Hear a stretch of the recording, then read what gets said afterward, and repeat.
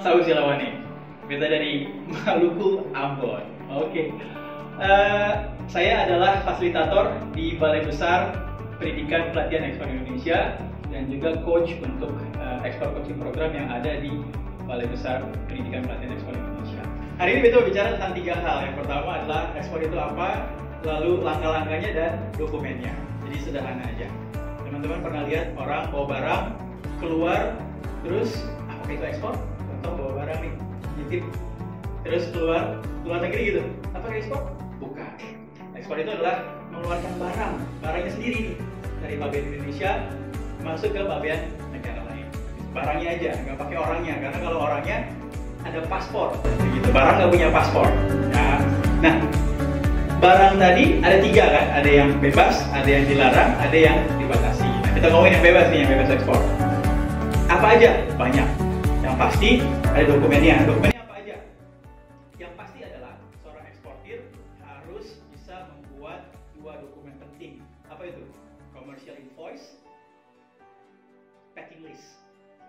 Apa sih commercial invoice? Barangnya dimasukin dalam sebuah kemasan, misalnya peti kemas atau kontainer. Ya, ada yang full, ada yang enggak. Apapun itu ada di invoice. Ya. Jadi barang yang dikirim dan yang ada di dokumen harus sama persis. Ya, invoice itu nilai isinya adalah deskripsi barang dan harganya. Diskonnya tulis juga. Barangnya apa aja yang dikirim dengan dokumen harus sama persis. Kalau enggak bermasalah. Buat siapa? Dari pabean Indonesia keluar dan pabean negara lain ketika masuk. Ya, jadi sekali lagi apa di kertas invoice dengan barang yang dikirim benar-benar harus sama. Jumlahnya 10. Invoice. Ada packing list. Packing list isinya tentang dimensi, panjang, lebar, tinggi, lalu berat kotor, berat bersih. 22 dokumen penting ini yang harus dibuat oleh seorang eksportir, oleh penjual ekspor. Karena dari 2 dokumen penting ini akan ada dokumen-dokumen lain. Apa sih maksudnya dokumen lain? Misalnya, kalau barangnya tadi ya dikirim lewat jalur laut, nah, lewat kapal laut, maka akan ada namanya tiket seperti tiket lah, tiket isi barang. Tiketnya itu kalau lewat judulnya adalah bill of lading. Nah, bill of lading ini isinya adalah data dari invoice dan packing list tadi. Kalau lewat udara ada namanya airway bill, sama data dari invoice dan packing list dipindahkan untuk pengisian airway bill tadi. Jadi 2 hal itu penting ya, invoice dan packing list. Apalagi dokumen yang dibutuhkan? SKA, tapi bukan anak SK yang bukan SKA intinya. SKA itu adalah surat keterangan asal. Buat apa? Barang ini eksportir yang menerima kan importir. Nah, impor itu perlu SKA. Buat apa sih? Buat joget-joget bukan. Ketika barang masuk, dia harus bayar biaya impor.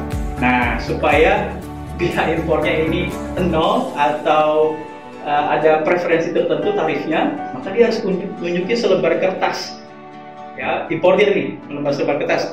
Surat keterangan asal atau certificate of origin bahwa barangnya dari Indonesia. Gitu.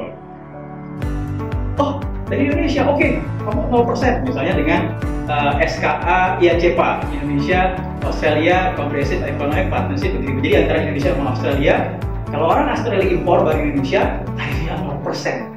Supaya bisa dapat 0% gimana? SKA. Terus kita ke jual ekspor ngurusnya di mana? Online. Kan sekarang zamannya online. Dia online, ketik SKA. SKA. E-nya elektronik, surat keterangan asal. Ya. Sebelum SKA, balik dulu di awal nih. Teman-teman harus punya izin. Ya, namanya nomor hidup berusaha. Ya. Nah, nomor hidup berusaha apa lagi tuh?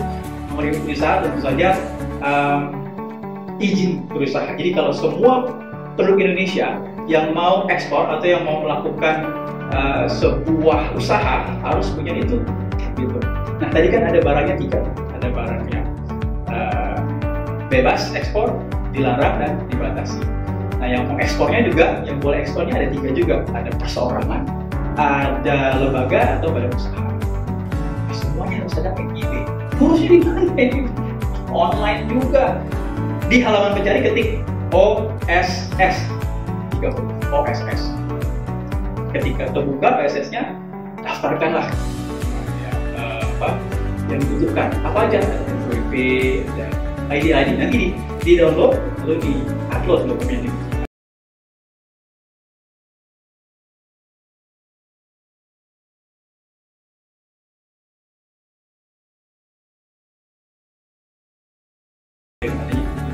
Dan jangan lupa, kalau udah punya NIB, ya, coba yang punya NIB, kasih lihat, harus ada hak akses kepabeanan.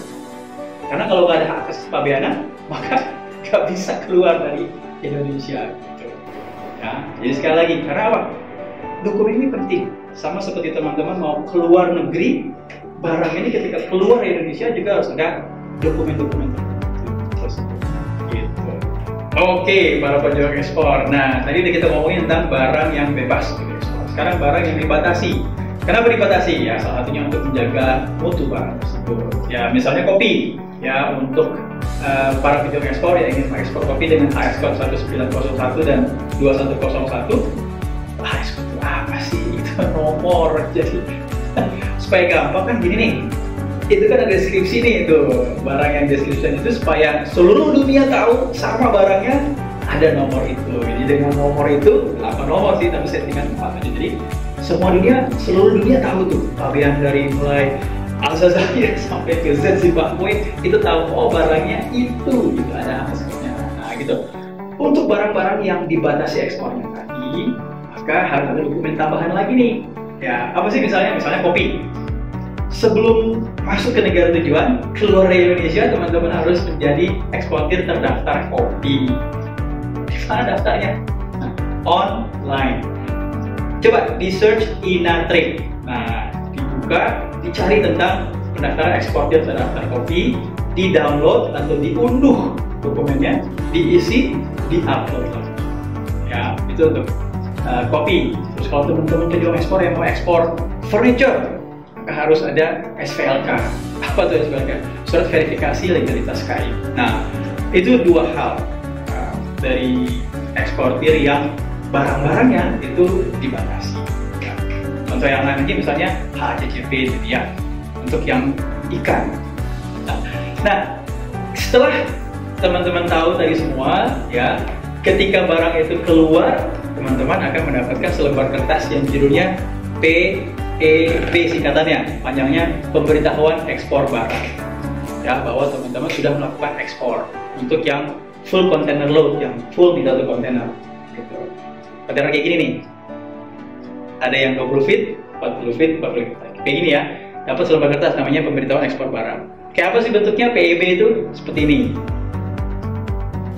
Ya, nah PEB itu isinya dapat dari invoice dan package tadi, ya, berapa nilai ekspornya, terus ada berapa kontainer, ukurannya gitu, itu ada semua. Deskripsi barangnya, itu pindahannya dari invoice dan package. Nah, pejuang ekspor kalau mau terlebih jauh, datang langsung ke PPI, Balai Besar Pendidikan dan Pelatihan Ekspor Indonesia. Jauh, teman-teman di luar kota, kunjungi websitenya PPEI. Diketik aja 4 huruf di halaman pencari. Masuk, lihat materi-materi yang bisa dipelajari, yang teman-teman mau pelajari di sana, ya, atau kunjungi media sosialnya. Ada Facebook, ada Instagram, ada YouTube juga. Anak muda keren, jadi eksportir.